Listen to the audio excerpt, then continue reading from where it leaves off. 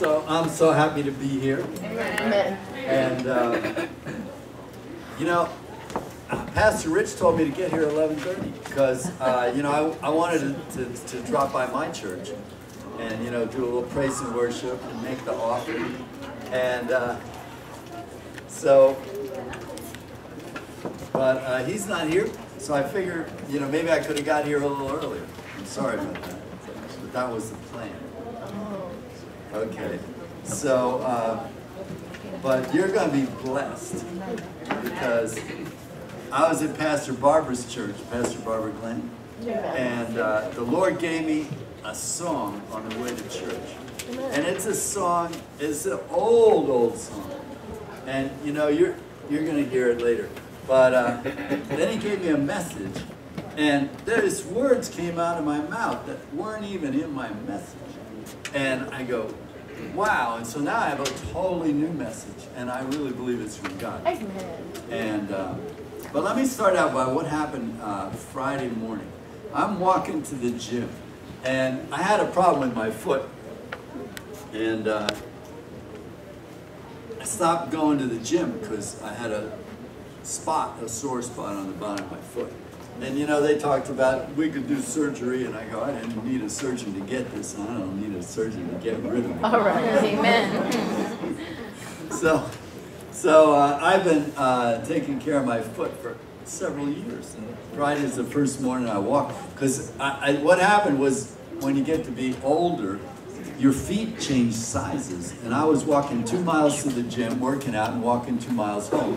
And my shoes were too tight. And I had known that my foot had gotten bigger. And, anyway. So I decided to call Pastor Eddie while I'm walking. And I called Pastor Eddie, and he's talking to me, and we get disconnected. And so I had time to get disconnected. Then I waited a little while, see if he's going to call back. He didn't call back, so I decided, well, I'll dial. So I dialed, and he and his wife were in the car. And when the phone rang, I heard all this laughter. And what happened is he was still talking to me.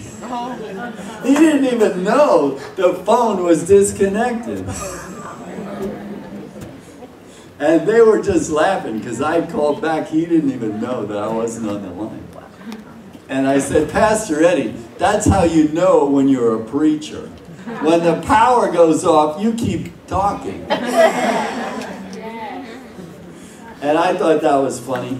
And after the phone call, I'm walking along thinking, maybe I could use that in a sermon. And God said, Mac, some of my people keep talking to me, and I'm not even on the line. My God. Jesus. And he wasn't talking about some of my people. He's talking about Mac. Because it's always about me. God's always teaching me through my own life. In fact, this morning, I did something. I don't even remember what it was, but it's something, that my wife would have had to do if I didn't do it. So I thought, I'm brushing my teeth or something, and I'm thinking, hey, here I've done something nice. And the guy goes, your wife has been doing nice things for you for 40 years. You're never going to catch up. Wow. Anyway, I've been getting the revelation that it's good to put other people first. Recently. So, today we're going to talk about a little bit about the law. Now, some people think that God's judgment is going to be like a scale, right? You weigh it. You weigh a person's life, you weigh everything they did, and if there's a lot of good, maybe they go to heaven. If there's a lot of bad, maybe they go to hell. Let's have a little prayer before we continue. Father, I thank you this won't be my words and my thoughts, but it'll be your words and your thoughts. And I pray right now that you speak to everybody here exactly what they need to receive this morning from your word, and we give you praise. Amen.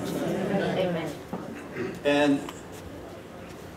But that's not how God is going to do it. It says in Ezekiel 33:13, when I say to the righteous that he shall surely live, but he trusts in his own righteousness and commits iniquity, none of the righteous works shall be remembered.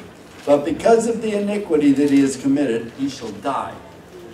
Again, when I say to the wicked, you shall surely die, if he turns from his sin and does what is lawful and right, if the wicked restores the pledge, gives back what he has stolen, walks in the statute of life without committing iniquity, he shall surely live, he shall not die. None of his sins which he has committed shall be remembered against him. He has done what is lawful and right, he shall surely live.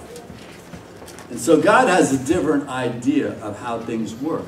And the next verse says, but you, children of Israel, say that my ways are not just.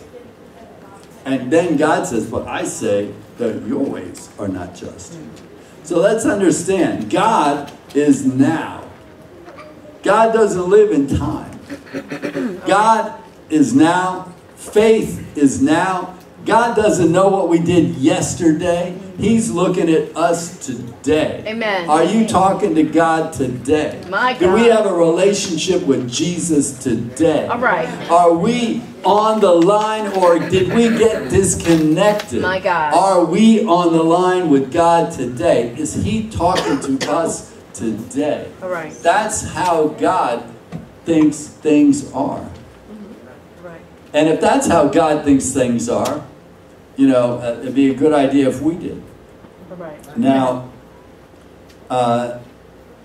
Paul said, a little leaven leavens the whole lump.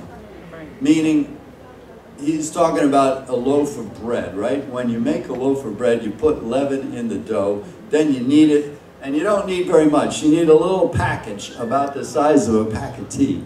And you put that in the dough, and you got a big bowl of bread, but you put that little pack in there, and you knead it, and that leavens the whole loaf of bread. And leaven is the doctrine of the Pharisees. Pharisees, Jesus didn't like Pharisees. They kept the law, but they didn't really love God. They were legalistic, but they didn't really know God. And my friend, I have my Haitian partner, Pastor Eddie, he told me once about this old friend of his. He said, he's become a Pharisee. And he was so, he said, if you look up Pharisee in the dictionary, his picture's right next to it.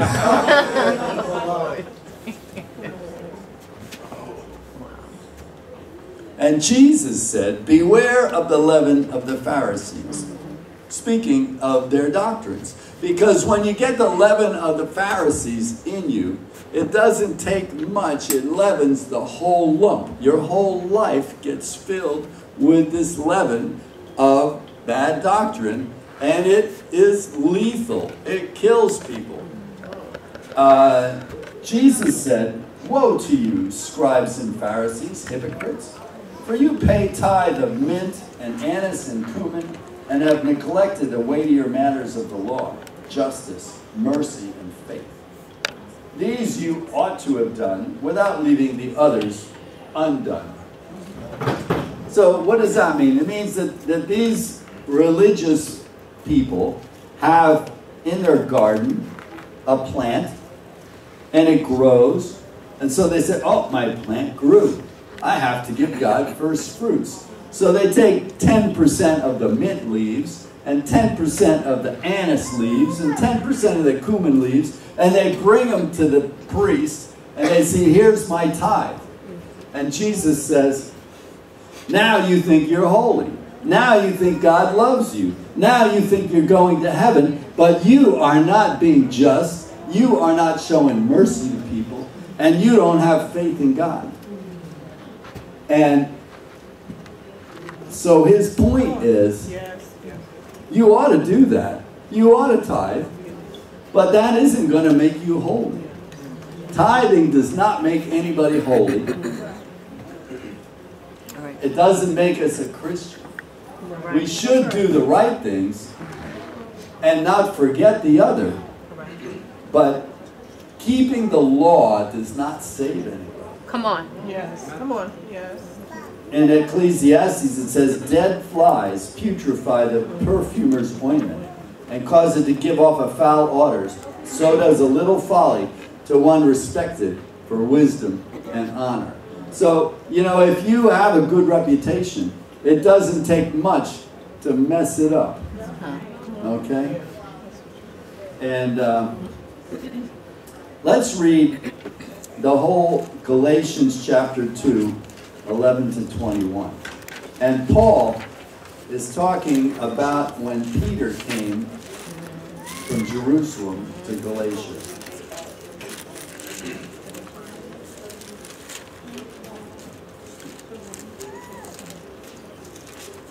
How many people know Galatians is one of the first books of the Bible? Chronologically. One of the first books written of the New Testament. Galatians was written before the 4 Gospels. Okay, so in verse 11, now when Peter had come to Antioch, I withstood him to his face because he was to be blamed. For before certain men came from James, the letter of James is the first letter in the New Testament. Before certain men came from James, he would eat with the Gentiles. But when they came, he withdrew and separated himself, fearing those who were of the circumcision. And the rest of the Jews also played the hypocrite with him, so that even Barnabas was carried away with their hypocrisy. But when I saw that they were not straightforward about the truth of the gospel, I said to Peter before them all, if you being a Jew live in the manner of Gentiles and not as the Jews, why do you compel the Gentiles to live as Jews?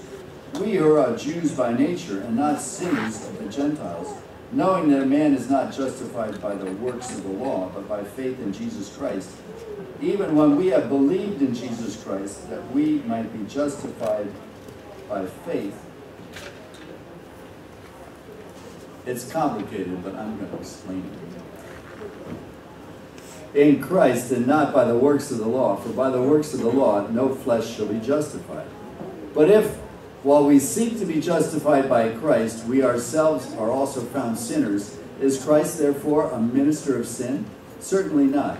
For if I build again those things which I destroyed, I make myself a transgressor. For I through the law died to the law, that I might live to God. I have been crucified with Christ. It is no longer I who live, but Christ lives in me.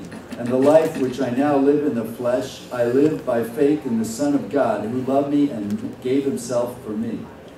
I do not set aside the grace of God. For if righteousness comes through the law, then Christ died in vain. So, let me explain what he's really saying. Everybody with me? Yes. Peter was eating kosher food. Now, when I had a job in New York City, I remember one time I went to a Jewish deli, and I asked for a hamburger and a glass of milk. Okay, we're getting close to New York, so you know, so half the people know what that means. You can't. They looked at me and said, "You can't get the milk in here, because the Jewish food law says if you have meat, you can't have milk." Then there's another Jewish restaurant that has milk and cheese flintzes and cheese and bread, and you can get the milk, but you can't get the meat.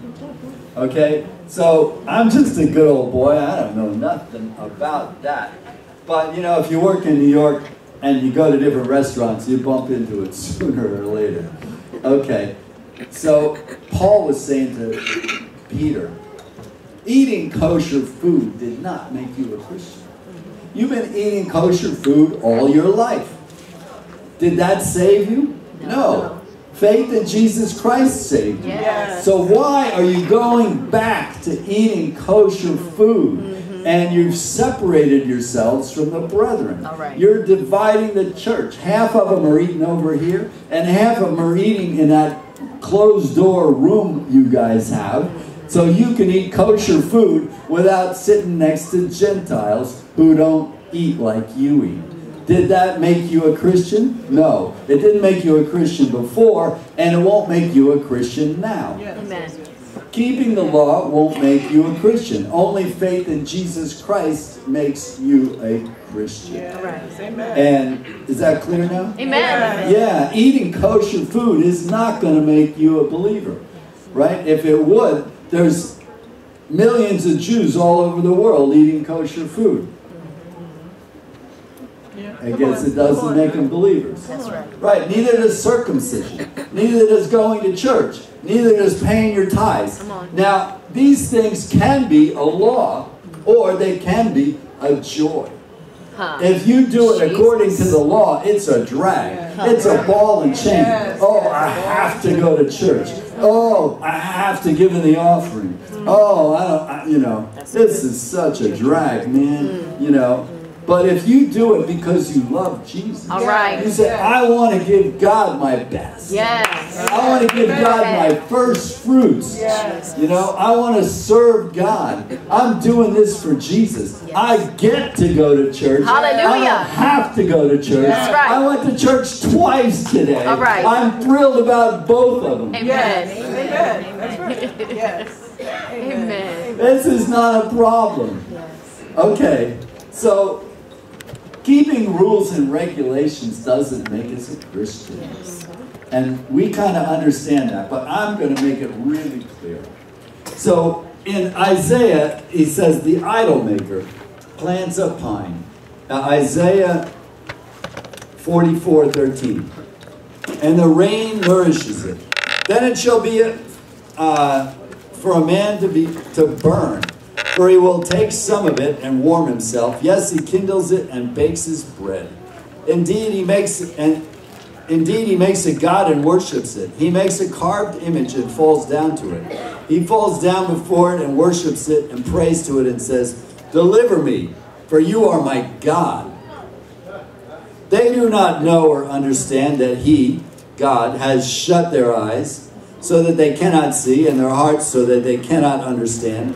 And no one considers in his heart, nor is there knowledge nor understanding to say, I burned half of it in the fire. Yeah, I baked my bread on the coals. I roasted my meat and ate it.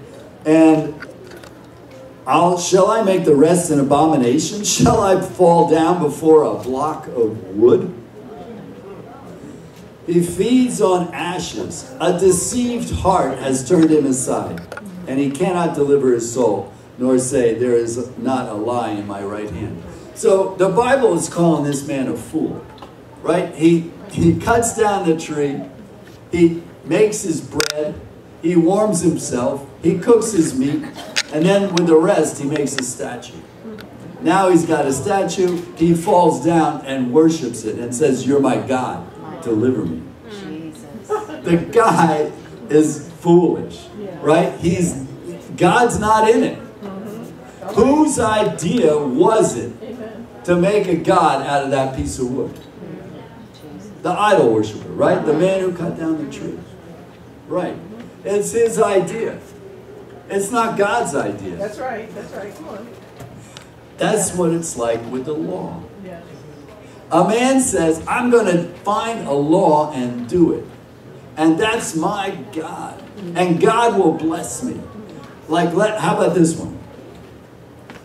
I will walk backwards past the graveyard. That's my law. God will bless me.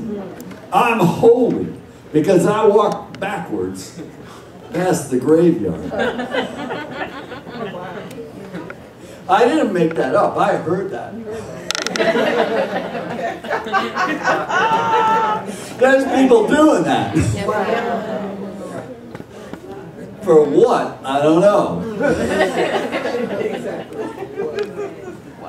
But anyway, can you see that somebody who makes a law and follows it and thinks they're holy, or they say, oh, well, I can't make up my own law.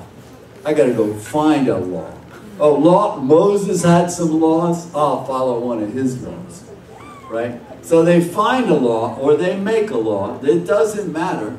And they do it and they think they're holy. Is God in that? No. He's not in that any more than the block of wood. That was their idea. That wasn't God's idea. That's right. Keeping the law, any law, law of Moses or one you make up, doesn't make you holy. That's right. And the only difference is it's like intellectual idolatry. It's in your head instead of a statue. The physical idol maker has a statue. But the guy who's following the law, he has a legal statue. Yes. You can't see his statue, but he's worshiping his legal statue. Yes. He's got his rules, and that's what he thinks he's going to do. And do you see how a little leaven can fill the whole lump? Yes, yes. If you go to a church and you start thinking that I'm holy because I showed up, or I'm holy because I wore my holy hat today, My God. or I'm holy because, you know, I did this or did that, God's not there. Yes, yes. Come on. God's not in the statue. God's not in the law. God's somewhere. We're going to talk about that next. But this is really clear. You know, we can get wrapped up in, I have to do this, I have to do that. I had a word of prophecy in my church 2 weeks ago. And when I was done, I thought I was done. And then some words came out of my mouth in addition. Of course, prophecy is God speaking through you, but this really surprised me because I didn't even believe it. Or I didn't even understand it. And God said, stop preaching to your friends. And God said, and stop telling your kids they got to go to church. And I want you to understand, that's not God's heart that our friends wouldn't come to know Him. And that's not God's heart that our children wouldn't want to go to church. But if we are making laws for other people, if we are telling people, you got to go to church, you have to do this, if you don't do that, God doesn't love you, that's just another law. My God. Amen. Yes, it is. Yes, Amen. yes. All right. No wonder nobody gets saved. Yes. All right. Yeah. We're laying the law on them. The law doesn't have any power. Come on. There's no anointing. That's right. We're just giving them rules and regulations. Yes. Right. And the people who would readily fall for that, they already got a God. They already got some law they're following. My God. So they're not going to switch. Hallelujah. So we have to watch out for the law. Because it's just a little leaven. It doesn't sound so bad. But it screws up the whole lump. Yes. Hallelujah. Thank you, Jesus. And now let's get to the good part. But I'm so moved to understand that. Because anything you do for God, give, get circumcised, go to church. You know, you can do it as a law, or you can do it to God. All right. I can give my tithes because I want to, Yes. or I can give my tithes because it's the law. It's the law, man. How about doing your job Monday to Friday? How many people say, oh, I have to do this, man. It's such a drag. Oh, I don't like coming here. I don't like the boss especially. And, you know, it's a law. You got it? But if you say, I get to do this, God is blessing me. There's some good things happening on my job. You know, people do the crossword puzzle on the PATH train to go to New York City. And I used to say about my job in New York, you know, my job is like solving puzzles all day. I get to solve puzzles. And I'm being paid for it. So you can love your job, and that makes it a lot more fun. Or it can be a law to you. Anything in your life can be law to you, and it's so difficult, and it's such a drag, and you know, we're just going real slow here. Or you can love it, and you can see God in it, and when you can see God pushing you forward, giving you new ideas, giving you ideas that will help you on your job, and you're just thrilled about it, and God's not just in church, and God's on your job, God's at your house, God's on the way to work, God's when you're getting dressed. God is there all the time, and you have a relationship with God, and these things are fun. Hallelujah. Yes, Lord. Amen. Bless your name. Praise God. It's all about knowing Jesus. This is the covenant that I will make with the house of Israel after those days, says the Lord. I will put my law in their minds and write it on their hearts, and I will be their God, and they will be my people. They shall all know me, from the least of them to the greatest, says the Lord. For I will forgive their iniquity, and their sins I will remember no more. So you can say that right now. Even if I'm the least in the kingdom of God, I know Jesus. Hallelujah. Let's all say that. Even if I'm the least in the kingdom of God, I know Jesus. Hallelujah. I know Jesus. I know Jesus. I know Jesus. Praise God. Yes, Lord. Now, how do we know if our actions are by faith or by the law? How do we know if I'm giving in the offering by the rules and regulations or by faith? You know, because God blesses our faith. So we want to do everything by faith. And the answer is laughter. If you can laugh while you're doing it by faith. Because Abraham and Sarah's son, Isaac, his name means laughter. And Hagar's son, Ishmael, that's the son of the slave woman. That's the son of the bond woman. That's the law. But Isaac was the son of the promise. And when you're looking to the promise of God, you can laugh. Say, man, my boss just gave me the most boring assignment I ever had in my entire career. But I can laugh. Because I'm looking to the promise. Hallelujah. I am looking to the promise of God in my life, and I can laugh. I can do it with faith. That's when you know you're doing it. When you're doing it to the law, man, there's no hope. Oh, I'm doing this. I hope it works. I'm doing this. I hope God blesses me. You know, we got to stay in faith. We got to stay in laughter. And that's how we know that we are in the right place in Jesus Christ. Now, the Bible says, for he who doubts is condemned if he eats, because he does not eat from faith. For whatsoever is not from faith is sin. So how about for he who doubts, for he who gives, for he who attends church, for he who prays, for he who gets circumcised, because he does not give, attend from faith. For whatsoever is not from faith is sin. So anything you do, eating kosher food, whatever it is, if you're not doing it by faith, it's sin unto you. My God. Yes, yes. Not just the law. James says it's sin. Paul said, if I build again the thing that I was set free from, I have become a sinner. So we have been set free from the law to worship Jesus Christ in person.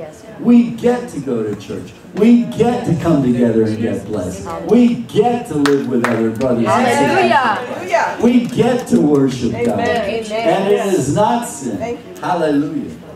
Now, Jesus said, behold, I stand at the door and knock. If anyone hears my voice and opens the door, I will come into him and dine with him, and he with me. For him who overcomes, I grant to sit with him in my throne. I grant to sit with me in my throne, as I also overcame and sat down with my Father on his throne. Now this is really valuable, weighty, heavy. Jesus said, I overcame and I sat down with my Father, my Heavenly Father, on His throne.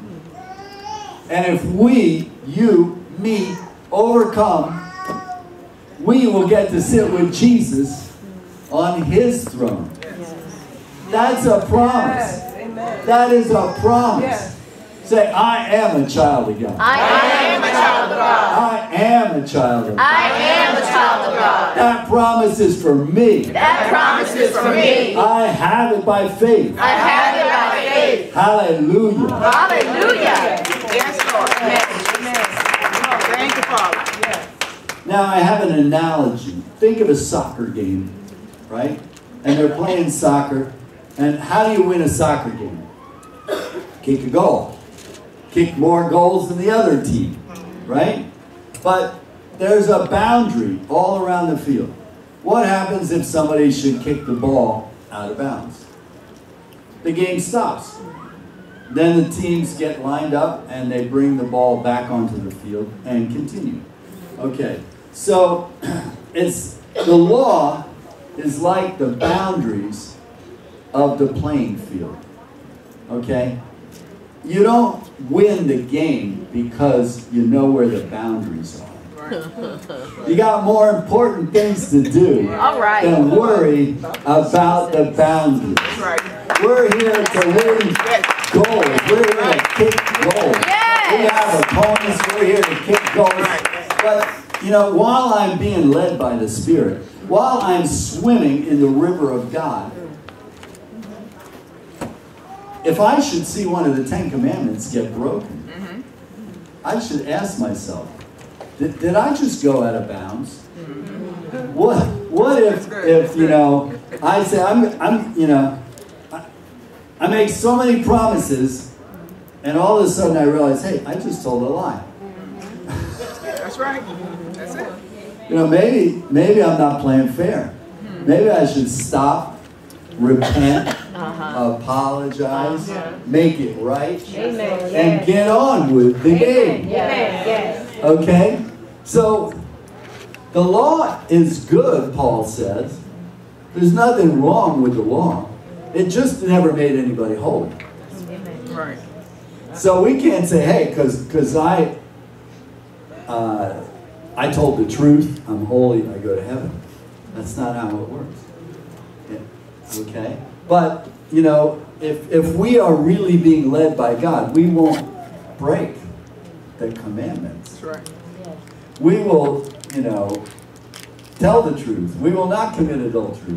We will give. We will love God. We will love our neighbors as ourselves. We will not steal or murder or covet or be envious. So, in fact, we have much better things to do than worry about all that stuff. That's right. We are overcomers. We are trying to bless people. We are trying to make the will of God happen on planet Earth. Hallelujah. Hallelujah.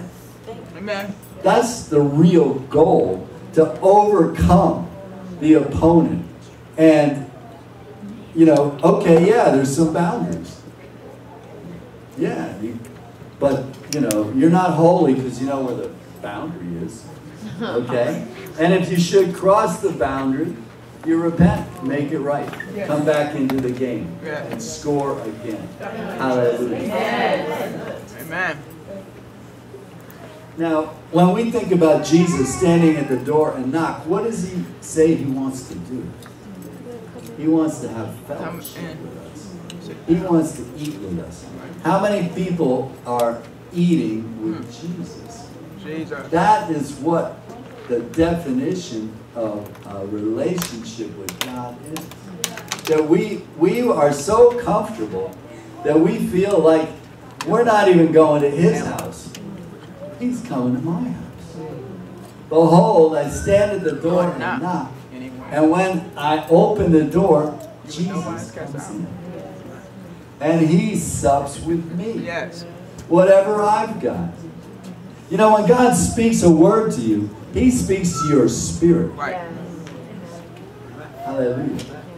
And not everyone who says to me, Lord, Lord, shall enter the kingdom of heaven, but he who does the will of my Father in heaven. Many will say to me in that day, Lord, Lord, have we not prophesied in your name, and cast out demons in your name, and done many wonders in your name?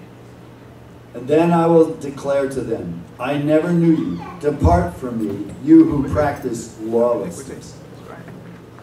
So I would think that we would call those people church people. Yeah. They prophesy in Jesus' name. Yeah. They cast out devils in Jesus' name. Yeah. They do many signs and wonders in Jesus' name. Yeah. But they obviously are not doing what Jesus asked them to. So if we keep all the rules and regulations of the law, that does not constitute doing what he asks us to do. If you want to know what God wants you to do, who can you ask? That's it. You got one right answer. There's only one person, God. God is the only one who knows what you want. I mean, what he wants you to be doing. All right. Hallelujah. Yes. I mean, I can go through the litany. Yes, you should read your Bible. Yes, you should give. Yes, you should go to church. Yes, you should pray. And those are all good. Right. But what you're supposed to be doing this year is not in the Bible. It's in Christ. You need a word from God. Amen. That is how God says, I know you. And if you're not doing what God told you to do, what does Jesus call them? He says, you practice lawlessness. You keep in the law, but you're lawless because you're not doing what I asked you to do. That's hot, you know, and not hot like good. That's hot like an oven. That's hot like hell. Okay? Jesus said, whoever does the will of my Father in heaven is my brother and my sister and my mother. Hallelujah. So that's what we need to be doing, the will of God. And God's got a will for each one of us. Daniel said, those who know their God shall be strong and do great exploits. Those who know their God shall be strong and do exploits. Yes. And is anybody feeling exploit challenged today? Hallelujah. Amen. I haven't done any exploits lately. Yes. I need a few exploits. You know, well, you can't do an exploit unless God tells you to do it. Yes. And if you're not hearing God's voice, he wants to talk to you. Yes. And there's a way to get close to God. And we all know what it is. Yes, there is. My personal testimony is I'm standing in the hallway of the hospital. My mother was 53 and she was slender, but she looked like she was pregnant. And the doctor said, well, I opened her up and it was all cancer. And I can't take out somebody's insides. And my brother and I are standing there and he says, it'll take a miracle for her to live more than 6 months. And at that instant, inside I said to myself, I guess I'm looking for a miracle. That's right. That's right. And I ended up finding Christ and getting saved. Come on now. Because I was looking for a miracle. I did not know anything about God. I came from an ungodly family. Generation after generation. My grandparents, my parents, me. I mean, we didn't know anything about God. I read an article about an athlete that was interviewed in the Palm Room at the famous hotel in New York on the corner of Central Park, which is not there, the Park Hotel. And the Plaza Hotel, it was the Palm Room. And they said, he doesn't drink, he doesn't smoke, he doesn't swear. And I thought, when I read that, I said, do I know anybody? And I went through all the people I knew. I couldn't come up with one person in my acquaintance who didn't, I could say he doesn't drink, he doesn't smoke, he doesn't swear. I mean, I was far from God. And when I started looking for a miracle, there was no way. I was not thinking about church. But if you set your heart to find God, if you say, God, I want to hear your voice. If you say, God, I want more of you. I need to hear your voice every day, multiple times a day. I want to walk with you and talk with you and sup with you. God will be found by you. It doesn't matter what you have to do. If you have to apologize to somebody, if you have to repent, if you have to give to the offering, whatever it is, you will do it because you want God more than anything else. I went past this strip club this morning and I said, Lord, bless him. Let him want God more than money, sex, alcohol, and drugs. In Jesus' name. Now, I like that prayer because I can pray God's blessing on that strip club. I say, Lord, bless him. Let him want you more than sex, alcohol, money, and drugs. In Jesus' name. That's what they need. They need the blessings of God. We don't need to walk around this earth cursing people who don't get it. We need the blessings. You need the blessings of God more than money. You need the blessings of God more than alcohol. You need the blessings of God more than sex and drugs. Hallelujah. Now here's a revelation. This is, boom, knock you on the floor. The Bible says Abraham believed God and it was counted to him for righteousness. And it says it 4 times. It says it in Romans, Galatians, James, and Genesis. I think God's making a point. Amen. It's central to our theology. Abraham believed God and it was counted to him for righteousness. But Abraham did not have a Bible. So how did he know what to believe? First, he must have had a word from God. Come on.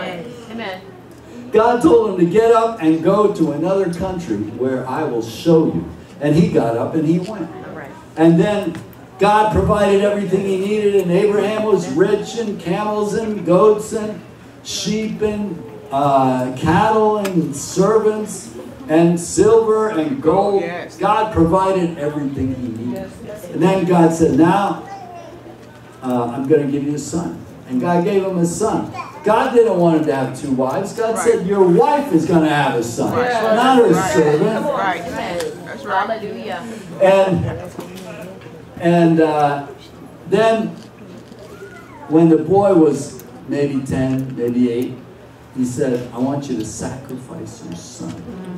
And Abraham and the boy went up Mount Moriah, and they had the wood, they had the fire, and the boy, Isaac, said, where's the offering, Dad? And Abraham said, God will provide. Because he'd been walking with God all these years, and God always provided. We can say the same thing. God will provide. We don't have to know how that miracle's going to happen. The devil will come and say, you can't get that. You can't afford it. Oh, you can't get that. They won't give it to you. Oh, you can't have that. It's not for you. You can't have it. It's too early. It's too late. All we need to say is God will provide. I have a promise from God. God will do it. I have a relationship with God. I don't need to ask how God's going to do it. God will provide. And we know that he got to the top of that mountain and the angel said, don't kill the boy. And he turned around and there was a ram stuck in a thorn bush that they hadn't seen. Probably wasn't even there 10 seconds earlier. Hallelujah. God will provide what you need when you need it, and it will work. Because that's the promise of God, and we live by faith. But if you want to do that exploit, we need a word. We need something to believe. God wants to give you a word. God talked to Abraham. He didn't have a Bible. God talks to me this morning. God will talk to everybody in this church. When you seek God and seek God and seek God, you will start hearing his voice. You will have words from God. And if God tells you to put 50 bucks in the offering, it is not a good time to say, how about 10? That's right. That's right.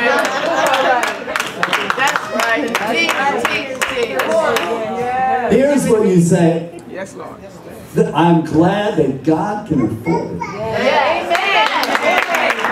glad that God can afford it. Let's all get that one straight. Everybody say, I'm glad that God can afford it. Amen. My life is God's. My life is God. My money is God's. My money is God. I'm glad God can afford it. I'm glad God can afford it. Hallelujah. Amen. God will take care of you when you take care of God. But have you ever thought about kicking a goal from out of bounds in a soccer game? Suppose you are the world's greatest goal kicker and you're standing out of bounds and you go boom and the ball goes right in the goal. The referee's going to say, that's illegal. Doesn't count. You were out of bounds. So how can we possibly expect God to bless us if we haven't blessed Him first? That's right. If we haven't given Him our best, if we haven't given Him our first fruits, if we haven't blessed God first, then we are not standing on legal ground. My God. There is something to the law. It's the boundary. You're still a child of God. You're just a poor child of God. You're still a child of God. You're just a child of God without the miracle you need. Hallelujah. So don't come to God and say, God, you're going to bless me if we've done nothing to honor God. Hallelujah. But that's not hard because I'm looking for a miracle. And I don't care what it costs. I want God more than anything in my life. And when you have that attitude, when you have God, not the blessings of God. When you have God, you have all the blessings. When you have God, you have all the blessings. Hallelujah.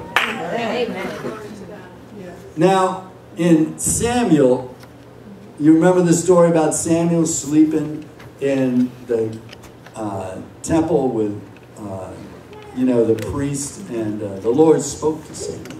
And the Bible says, and the word of the Lord was rare in those days. There was no widespread revelation.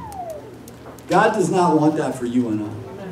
God wants all of us to hear His voice. Hallelujah. And James says, therefore submit to God. Resist the devil and he will flee from you.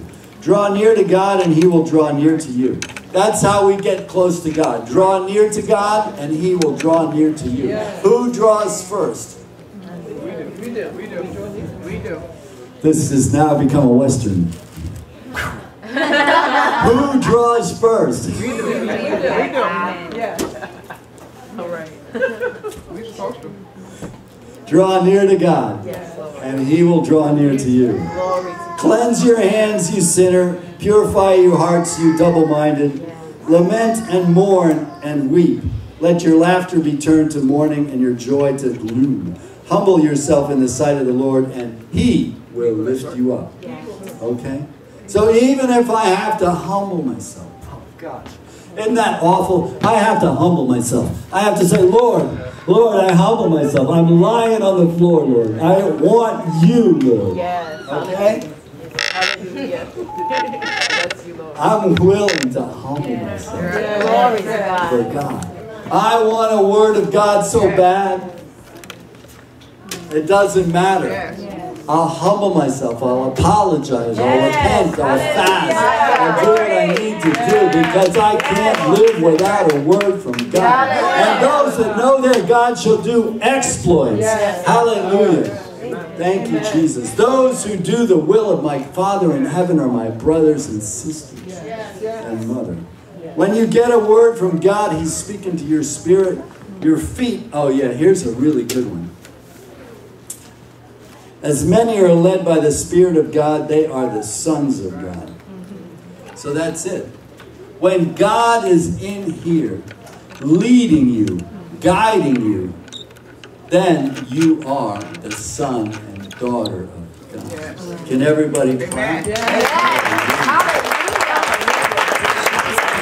Now, I gotta sing a song for you. Because when I went to preach this message, Ann and I were driving to the church, and I started singing this song. And thanks. Here, you want to hold the mic for me? And so, I don't think, you know, this song was published by Louis Armstrong in 1951. I mean, I've heard it, but I don't think I've ever sang it. And so, it's just kind of rare. And then he gives me this revelation, and the next morning it fit right into the song. And so I made this little song to sing about this word from God. And then I realized, you know, God gave me this song about 30 minutes before I even knew what I was going to say, before it even came out of my mouth. And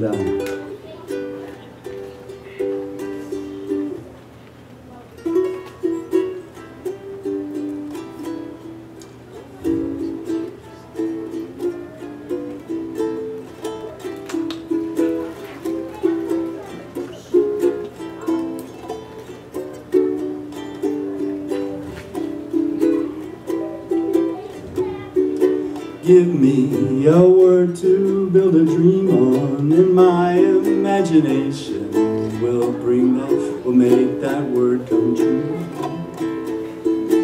Give me let's see, what you alone can give, a word to build a dream on. Give me a word to build a dream on, and my imagination will make that dream come true. Give me that word, let's see, what only you can do. I should have written it down. A word to build a dream on. You know, the song is Give Me a Kiss.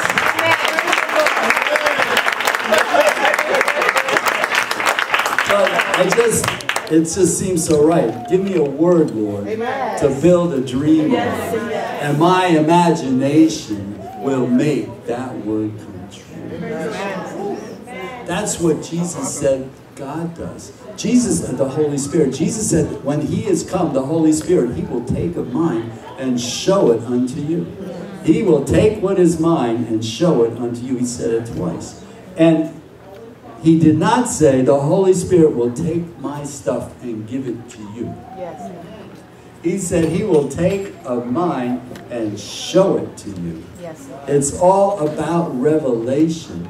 God gives us the revelation. God gives us the word, and then our imagination brings it to pass. We take what we saw in heaven and we do it. We make it happen. You can do it. God doesn't do it for us. God shows us what to do, and then we have to do it. You want to know why there's human trafficking? Because God said, you fix it. You want to know why people have problems? Because God said, you fix it. My church is in charge of this earth. You fix it. I've given you this world. You solve those problems. God shows us how to solve the problem, but He says, now you do it. He gives us a word. When you have a word from God, your imagination, your hard work, your brains, your effort will bring it to pass in your life. God has given me so many words, and I'm done with this message. But I got one little more comment that I heard on a tape yesterday by Bill Winston. He says, your feet will never take you where your mind has never been. That's right. Amen. We need to renew our mind by the Word of God. You know, if you can't imagine yourself, you know, in a super high-powered place, you won't get there. How are you going to get someplace you can't believe you would ever be? My God. That's right. My God. But in the Word of God, you can believe all things. Yes. Okay. So, we all need a word from God. Amen. And when we do it, when we're faithful, then we're counted righteous like Abraham. Abraham believed God and it was counted to him for righteousness. You and I believe God, it's counted to you for righteousness.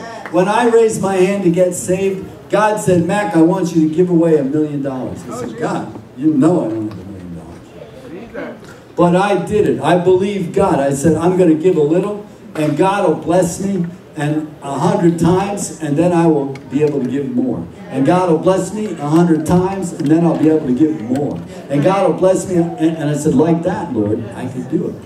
And it took 20 years, but I did it.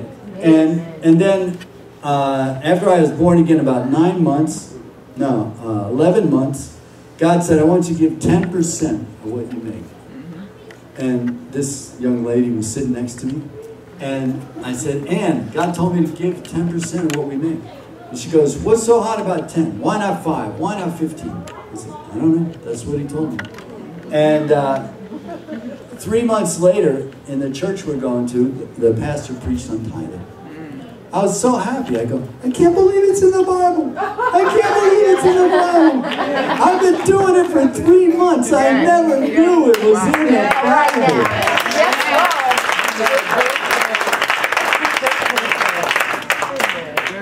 When God speaks to you, Yes. Amen. there's just one thing left. Yes. Do it. That's right. That's right. Okay, so That's right. give me a word that I can dream on, and my imagination will make that dream come true.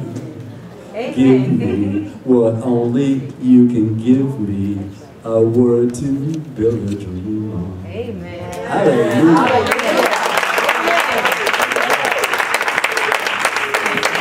Amen. Hallelujah.